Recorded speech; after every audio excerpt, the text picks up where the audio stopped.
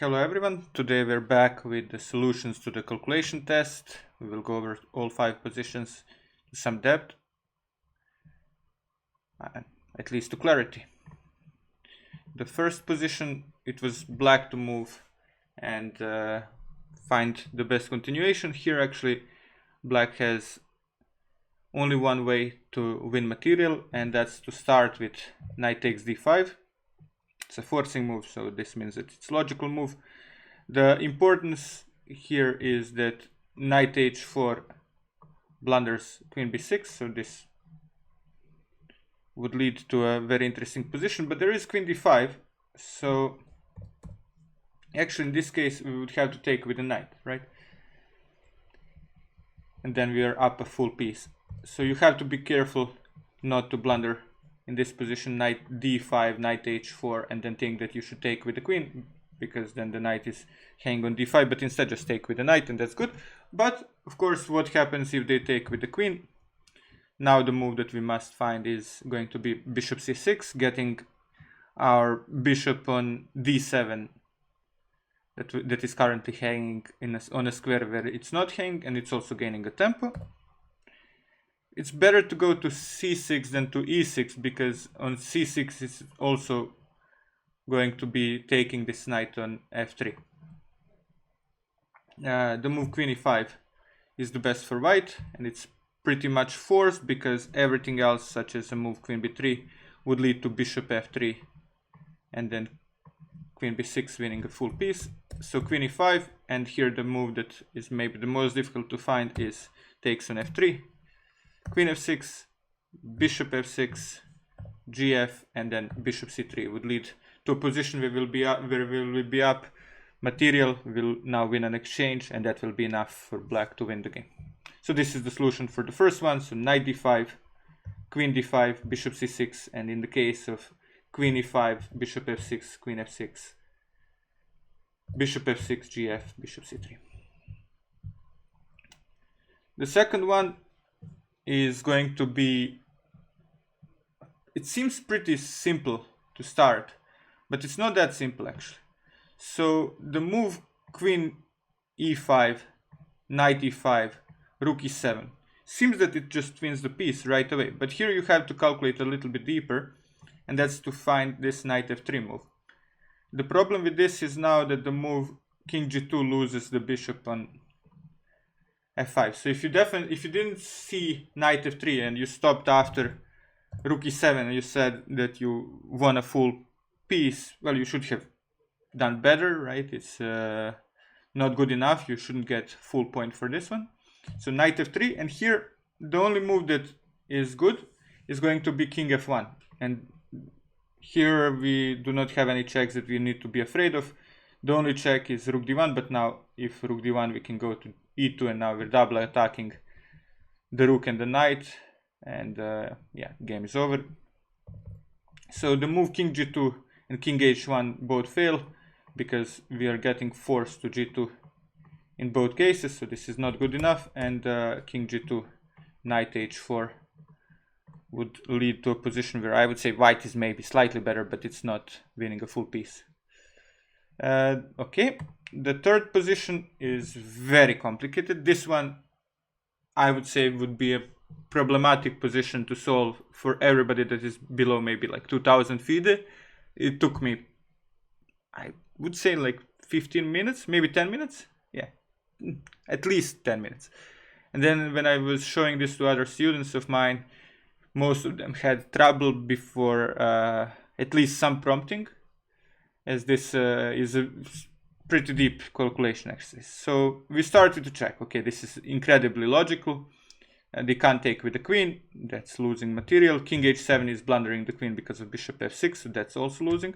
So the only move is king h8.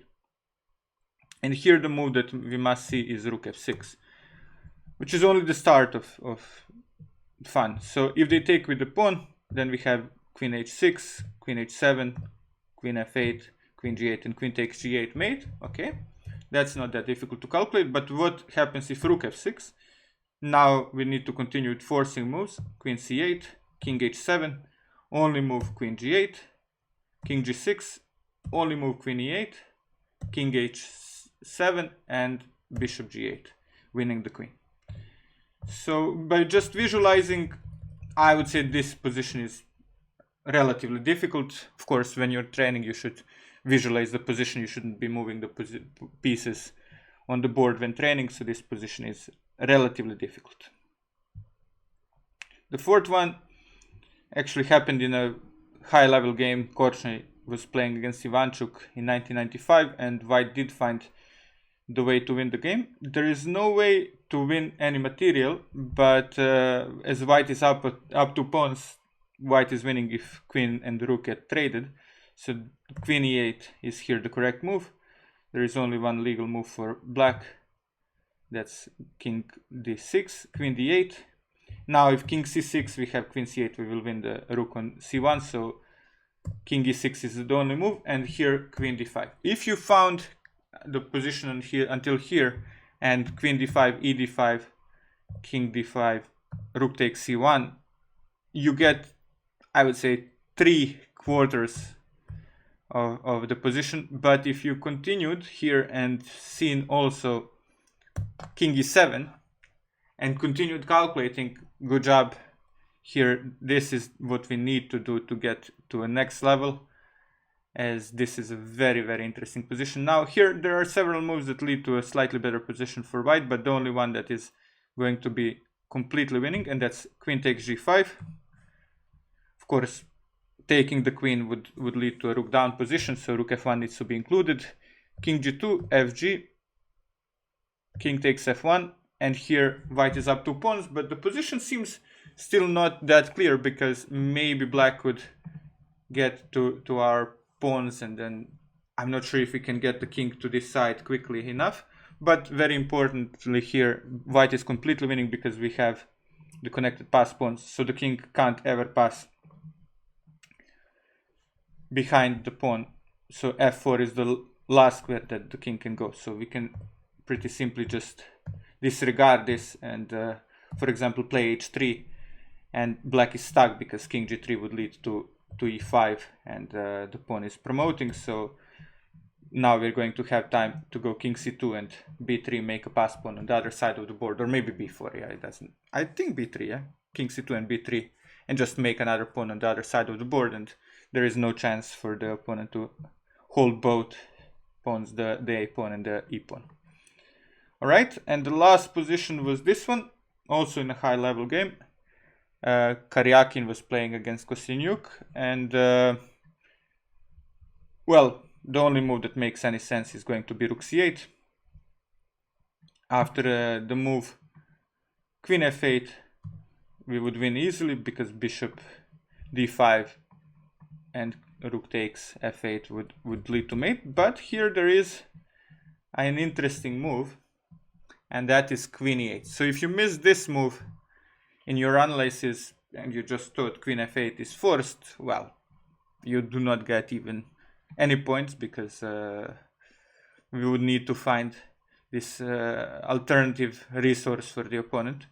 So here just the fun starts. So we have to take the queen, and after king f7, the move that is going to be the full exclamation mark is going to be rook a8. So if you found all of this in your training, absolute kudos to you, as this is the only move that leads to any chance for White. Here the bishop is pinned, so the bishop can't take, of course, and if rook takes, then we go bishop d5 and we end up full rook up, and that's it. There is no other move here that will lead to any success for the other side, because there is no way to defend the bishop. So the bishop is hanging and the rook, right? So if they go king e6, just take on d5 and take on a6, there is nothing they can do. So yeah, 5 positions, calculation exercises. I hope you had fun training. I hope you learned a thing or two going over these positions, and now over my explanation, of course, of them. And if you liked this kind of 2-video kind of montage of a test, I would like you to comment, "Hey David, perfect. I would like to give me more of these one-day breaks where I can trade on my own and not feed me a position with solutions as well. Please like, comment, subscribe, follow me on Twitter if you are not, and we will have more things coming up very quickly. Thank you.